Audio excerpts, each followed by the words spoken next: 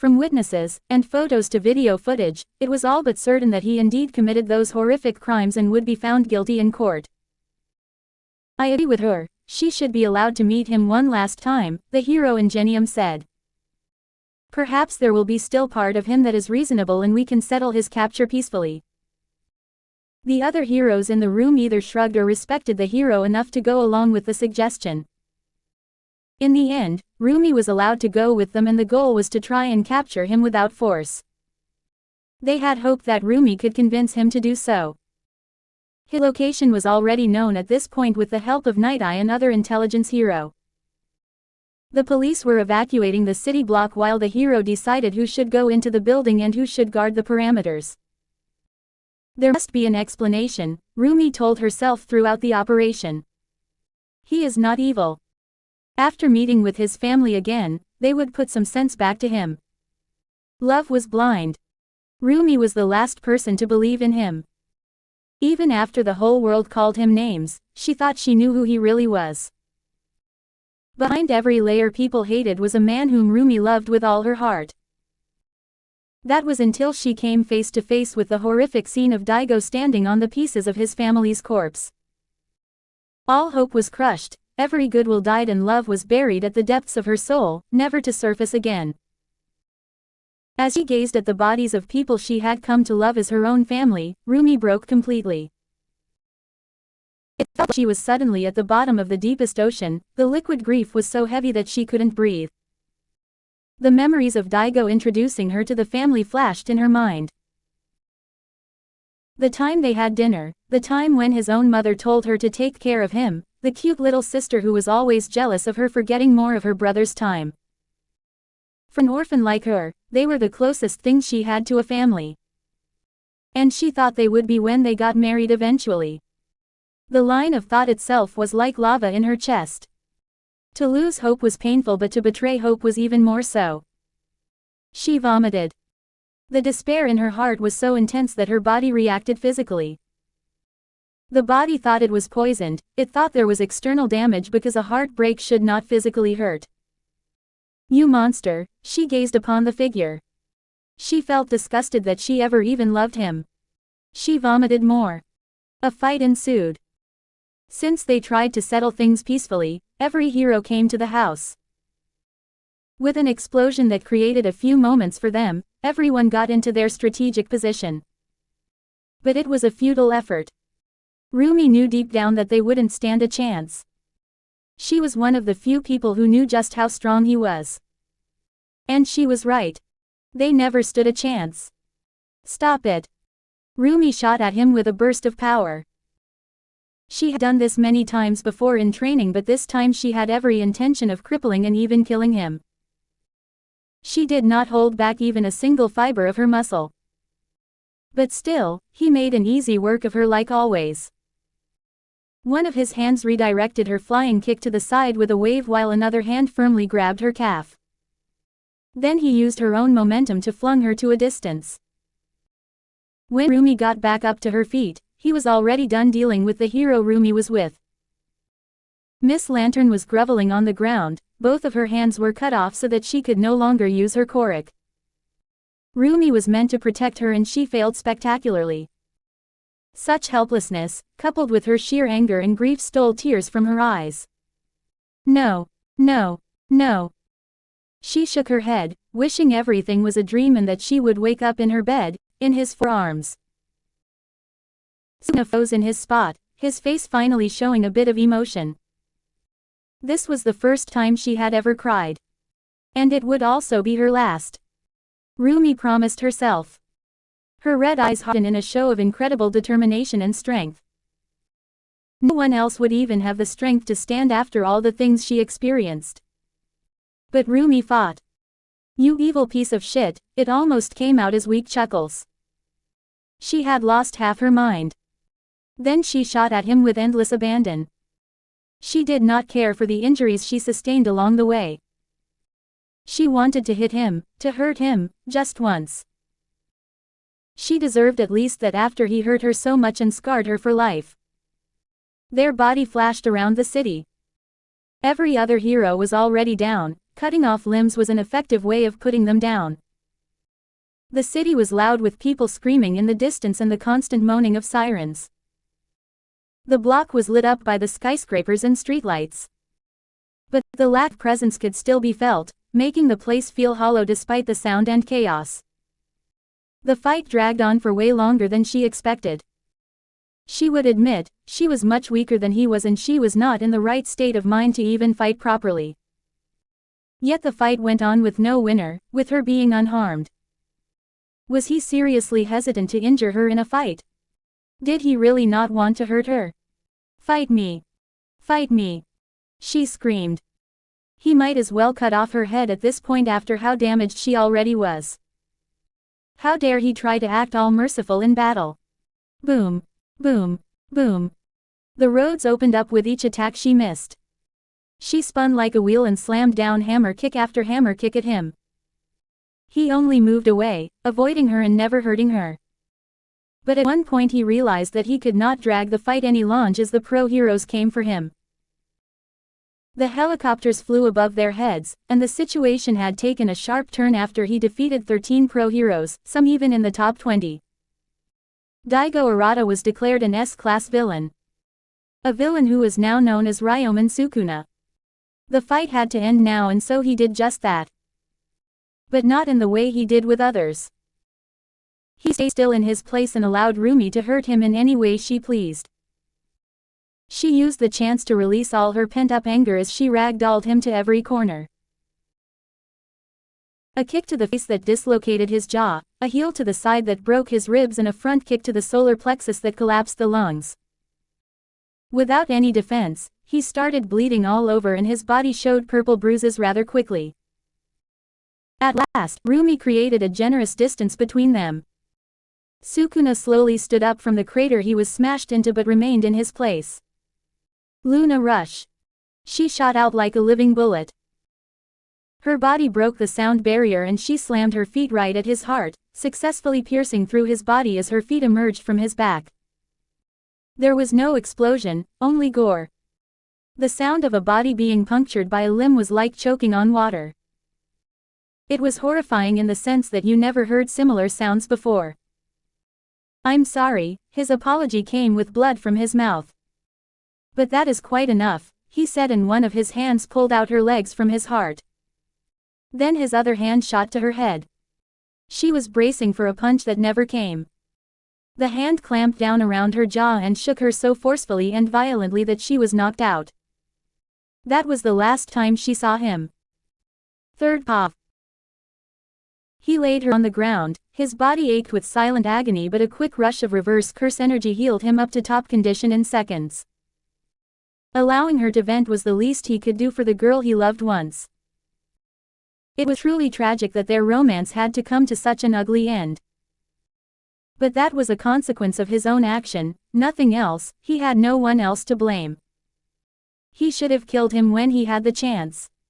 The man who was responsible for all this. All for one. The man who was, at first obsessed with Daigo when he failed to steal his Korok.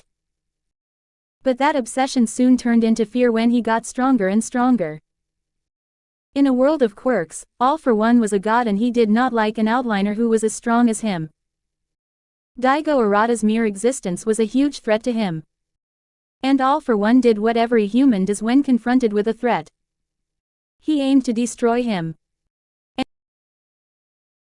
And he had been successful so far. From his reputation, his life, his friends, and his family, All for One destroyed them all. The only thing left was his own life and All for One was going to destroy that too by turning the whole world against him. "That won't happen," Sukuna said, "I have nothing else to lose." Sukuna saw more heroes coming to his location. He no longer had time to entertain them, his main aim was All for One. So he sent Cleve and started mowing down the skyscrapers and buildings like grass. Invisible blades cut down the towers of iron and glass and they came crashing down to the heroes. What followed next was a rain of destruction. Heroes stopped rushing at him in favor of containing the disaster. Although heroes were meant to defeat villains, their main priority was always civilian lives.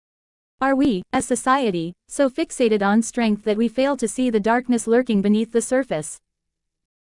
The screen shifted once more in these times. The parents of UA students were shown. Some were crying tearfully while some were angry. Parents of current UA students are in a state of panic, demanding answers and assurances that such a breach will never happen again. We entrusted our children to this school, one mother tearfully stated, but now I can't help but wonder, how many more Sukunas are hidden among them? Even All Might has spoken out. The anchor pulled up the image of the hero giving an interview. This is a wake-up call. Being a hero is not about power but about responsibility. We need to instill this lesson in the new generation or else Sukuna will be just the start. But perhaps the most haunting aspect of this story is the villain himself. Sukuna. He was not a loner or an outsider. He was well liked and respected. Many people would also know him as he won the UA festival last year. For the longest time news stations have been reporting about his heroic actions, not knowing any better. They sing countless praises at the uprising hero. Some classmates described him as kind, focused, and determined. It begs the question, how long had he been wearing that mask? Daigo Arata, or the villain Ryomen Sukuna, has been announced as an S-rank villain. This shows how he had been hiding his true power all along. Even during his first year in UA, when the video of him saving people went viral, people were praising how he gave it his all to save others. But now it is clear that he has been holding back even when people's lives were at risk. The anchor shook his head in exasperation. As we grapple with these unsettling revelations, the nation watches closely. Will this tragedy push us to reform, look beyond mere quirks and delve deeper into the hearts of future heroes? Or will we continue down a path where power eclipses principle? One thing is certain, the betrayal of Daigo Arata is not just a failure of one school, it is a reflection of a much deeper fracture within our society. We will continue to follow this story as it unfolds. For now, this is Aiko Tanaka, JNN News, signing off. Aizawa turned off the big screen after the news outlet was over. His blood-red eyes were even redder than usual. Treats are about the scummiest people in existence. His cold words fell on the ears of his fellow students around him. They were in a UA residential house which was made for students who came from far regions to stay while studying in the UA. Aizawa, otherwise known as Eraserhead, was one of them. They were currently in the common area that had a big screen on the wall with many seats and couches in the middle. On other days, this place would be full of laughs and joy as students socialize. But now there was a deathly gloom in the air. How could they feel anything but grief and sadness at this moment? They were a fellow classmate of Daigo Arata. Everyone stayed silent, contemplating the situation. The sense of betrayal was difficult to swallow. Some seethed in anger, some cried of silence while others dared not look up from shame. This was the end. The issue regarding Sukuna had been ongoing for a long time, but this was the final nail in the coffin. I still can't believe it. Why did he do all this? Was everything a lie? Were we, his classmates, just means to an end? A way to collect information, a way to stir up chaos. Akashi was the one who spoke. He was perhaps one of the closest friends of Daigo Arata. His voice was a contrast to his future self, which was the embodiment of bravery that inspired future heroes like Eijiro Kirishima. Akaji Renko, also known as Crimson Riot, was a hero student with a defensive choric. His choric allowed him to solidify his blood, form ultra-durable armor-like layers over his skin. The more injured he becomes, the thicker and harder his blood armor grows, turning pain and damage into raw defense. At one point in his life, he used to hate his own choric and was afraid of the pain that came along with using it. Although he had a good heart and wished to become a hero to help his sick parents, he thought he did not have the making of a true hero. At that time, it was Daigo Arata who inspired him and taught him an important lesson he would never forget. A true hero bleeds for others.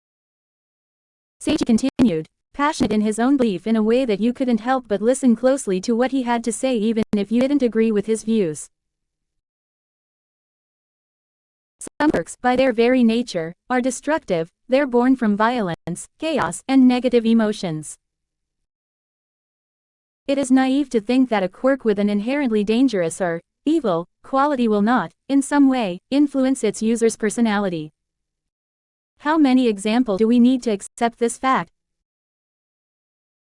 Izumi his Korik, Fear Leech, Gashira with his cannibalism adaptation, and Kyokutsu with his pain catalyst.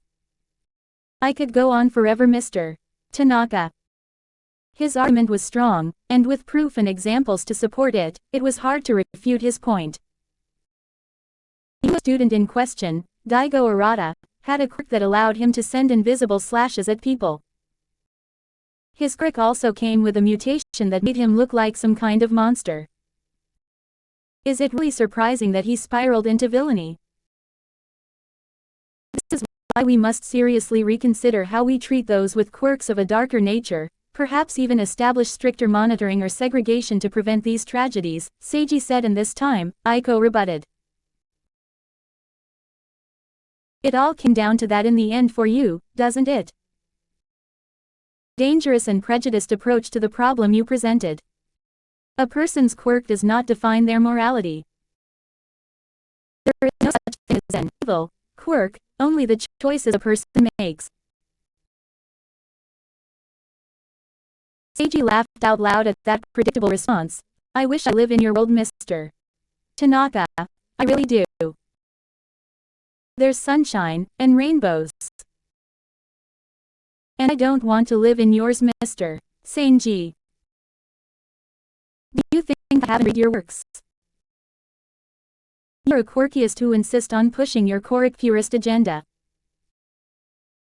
People have no choice in what type of quirk they are born with. The discrimination against Asian quirks is bad enough, and you want to add to that, Tanaka said. His tone seemed fed up with the debate. Discrimination. Comparable to the suffering of victims caused by this broken system. Seiji spat out in equal frustration. Then what do we suppose we do? Build an algorithm for these dangerous people? Or perhaps want a system where people with quirks you deemed evil are forced to bear unfair scrutiny? Tanaka asked. If that's what it takes. You're absolutely insane. The debate was short right when things were getting heated. Tanaka held his earpiece and listened to the new instructions. The debate had to be more viral. News just came in.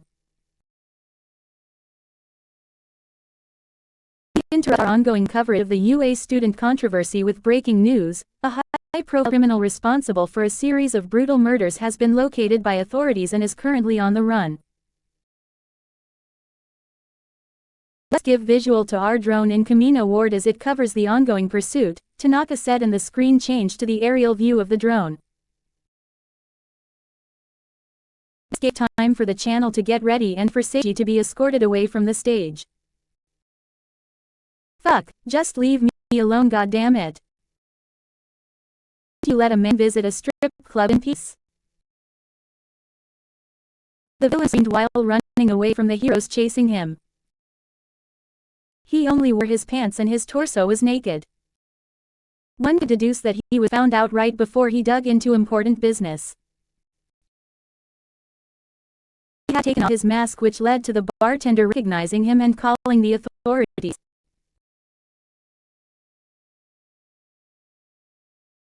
The villain, identified as Kuratsuki Guy, possesses the quirk, Rupture, an ability that allows him to create internal vibrations within solid objects, causing them to violently shatter from the inside. Investigators believe Kuratsuki used this quirk to kill at least 4 civilians last week by targeting their vital organs, leaving no external wounds, a method both precise and merciless. The reports continued while the drone covered what happened below. You can't get away from us. Surrender people before we are forced to take drastic measures, one of the heroes who were chasing the villain screamed back. It could be seen that none of the heroes had speed-type Korok from the way they were lagging behind the villain. But the heroes did not give up and continued to give chase. The villain ran through the urban streets, violently shoving away people who were not fast enough to get out of his way. He secretly hoped that one of them hit their head to distract the heroes. The chase continued through the bustling road of the city, which was a complicated web that spread through the city. "That's quite enough, eye suckers," the villain said, then applied his quirk on the ground beneath his feet. The action created shockwaves under his feet, which allowed him to jump across long distances. He would jump on top of buildings, parkour on street lamps, and run along the terrain inaccessible by the heroes. The hero pursue him any longer. It seems like this one ends in the failure of the heroes. But wait, what's this?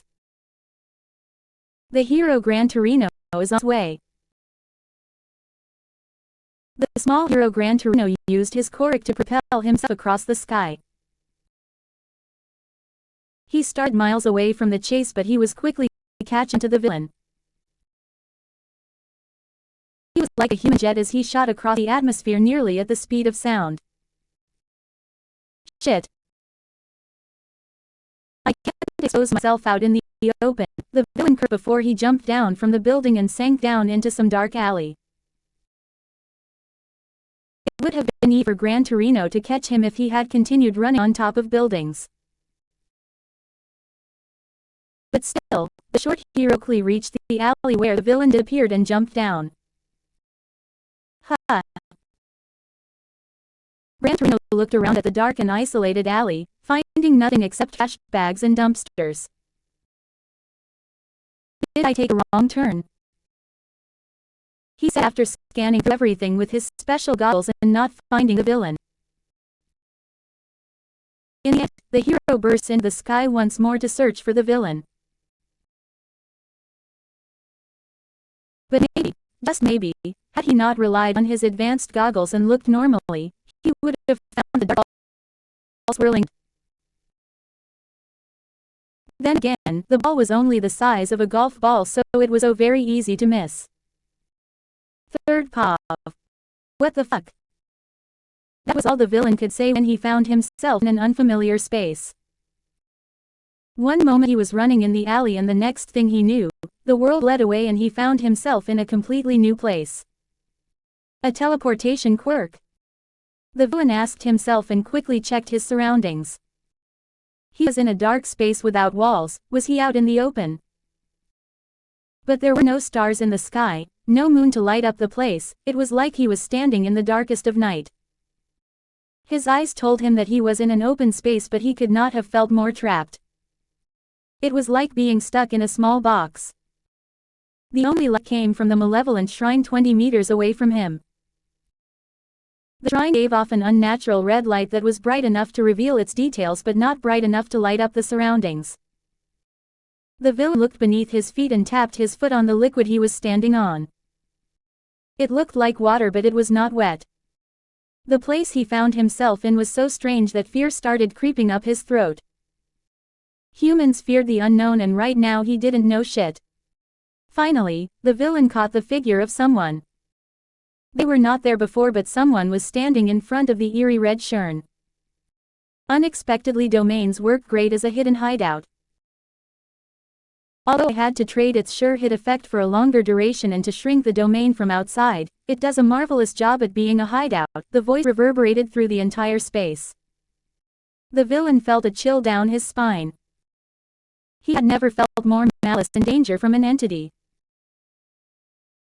He did not know what they were saying, but it scared him to death. But fear slowly faded away when they took no further action. Upon closer inspection, he noticed that the person in front of him had 4 eyes and 4 arms. The image was recognizable, especially since he had been all over the news for the entire week. "You. I know you." The villain spoke, relief on his tone. "You are that new villain, Ryomen Sukuna or whatever." Look pal, you are new to this business so I will let this slide. I have connections with really big names, the type of people who can erase you with a snap if they ever find that you harmed me. There, that usually did the trick for him when he encountered other villains. But instead of taking his words seriously, Sukuna just choked. It was the type of laugh that was genuinely friendly and innocent. The sound of those chuckles was extremely unnerving, coupled with the sheer malice coming from him. A psychopath. I would hope you have a connection to big names, considering that is why I kidnapped you in the first place, Sukuna said. The villain took a step back after the revelation. Maybe he had taken the wrong step in this confrontation. He did not know how strong the guy was, but for him to be an S-class villain meant that he was definitely stronger. What do you want? I'll do anything you want. Kurotsuki died, not some stupid thug. He was an infamous villain who dodged heroes left and right while thriving as a villain. He made connections. He knew stuff. Like when I went to grovel like a dog.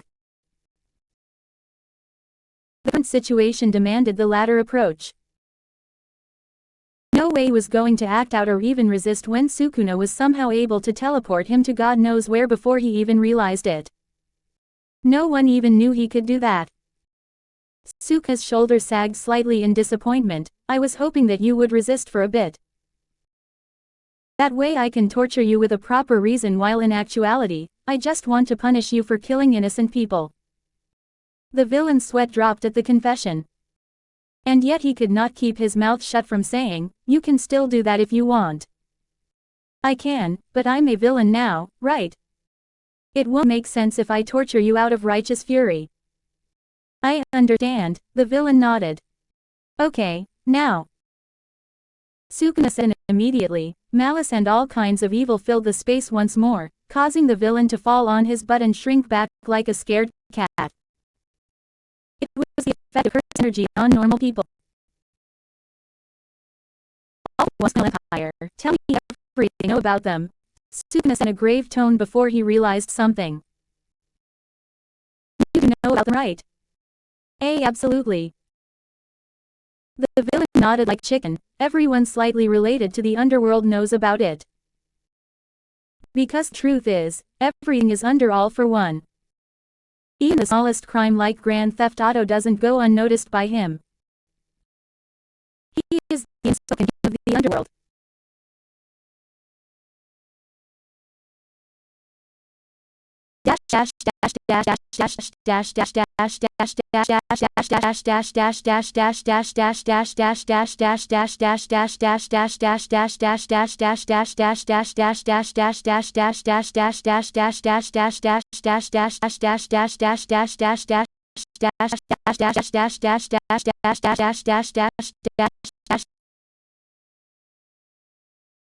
The sacred cradle. First pop.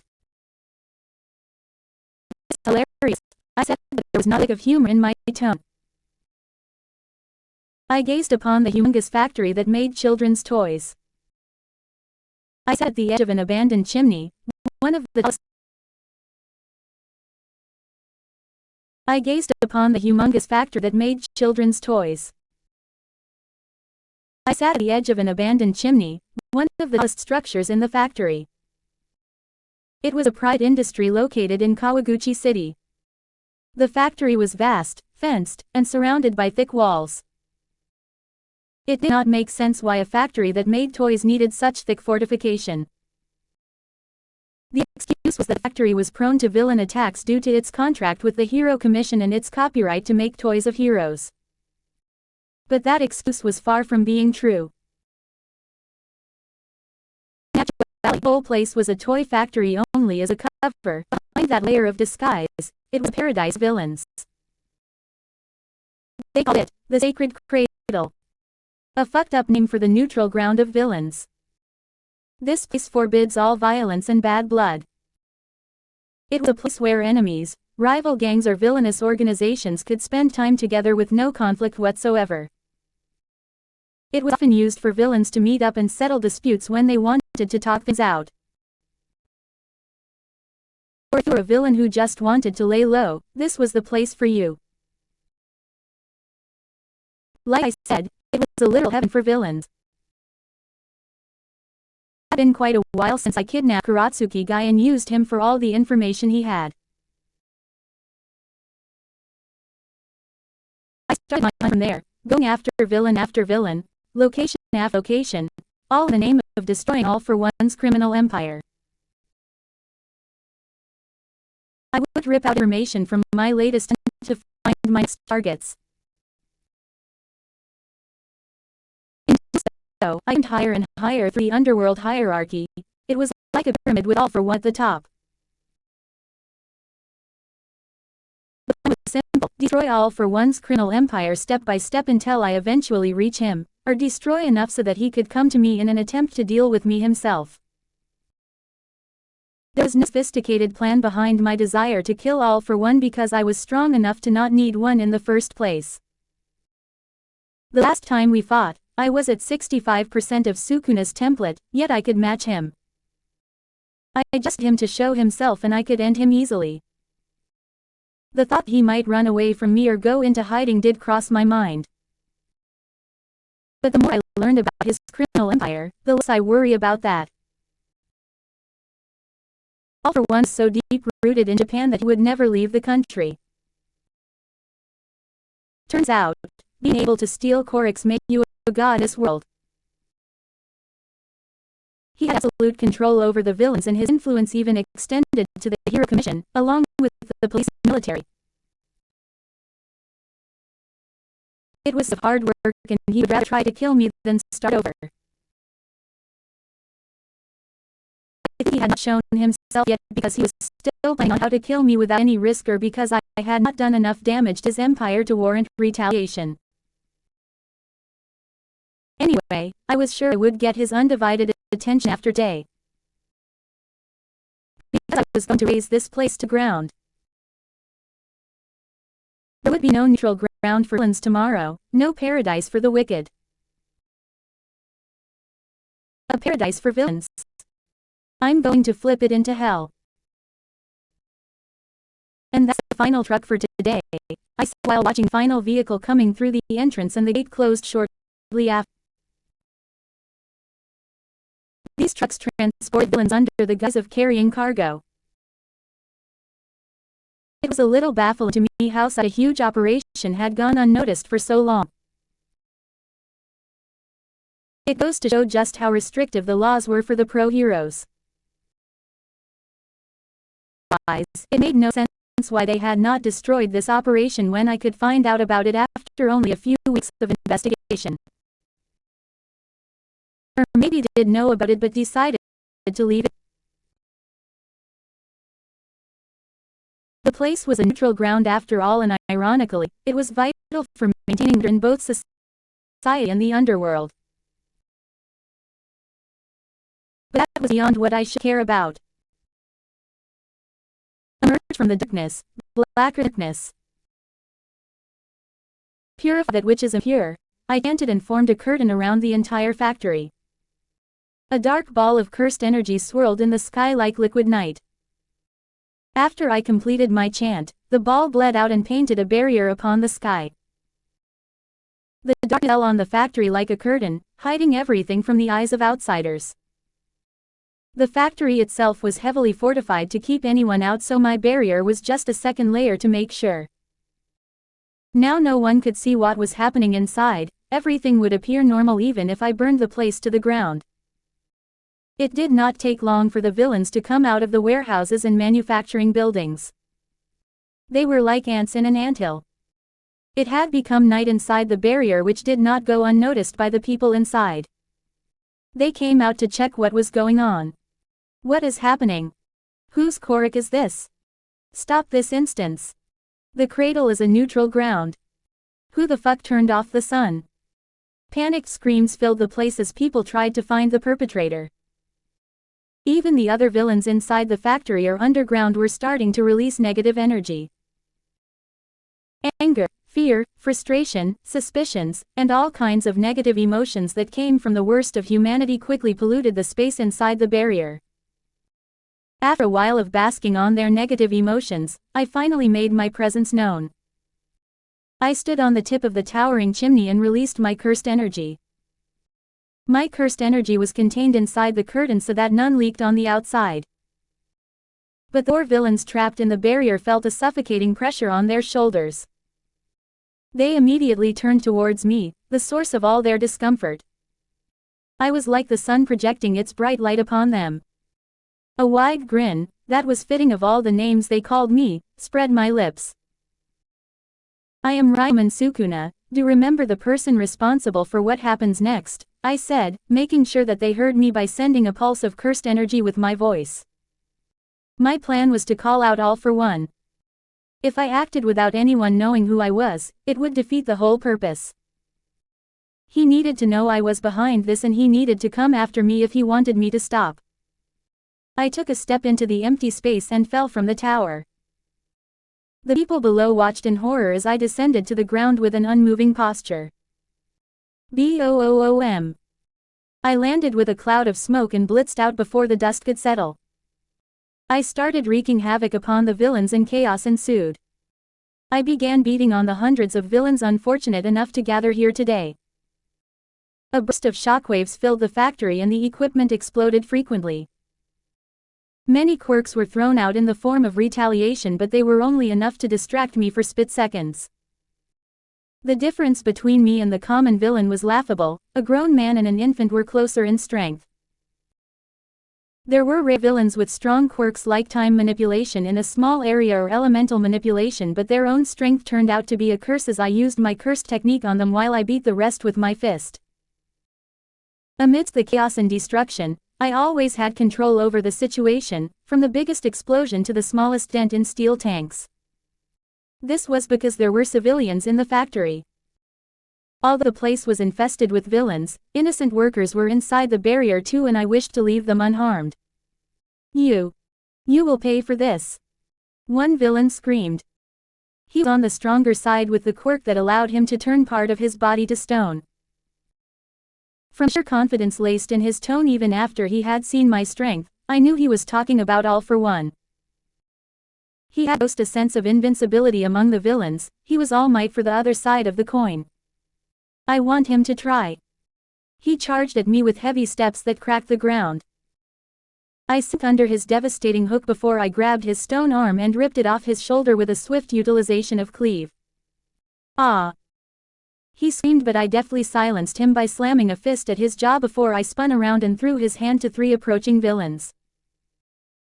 The stone arm all but broke their ribs and crushed their insides, leaving the 3 groveling on the ground while vomiting blood. I dealt with another dozen or so weak villains swiftly before I felt a tingle on my skin. An attack strong enough to tickle my instinct came my way. Magneto. I questioned when I saw the Magneto look-alike gathering metallic objects from the surroundings. He created a heap of iron from those objects, a perfect cube, and shot it towards me at a speed 5 tons should never reach.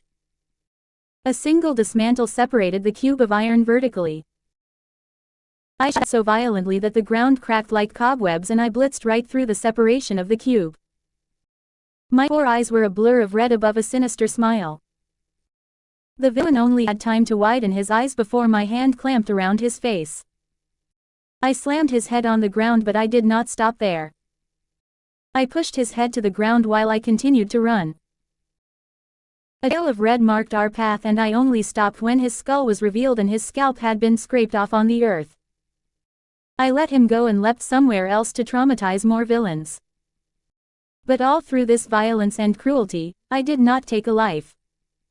That was a line I did not allow myself to cross.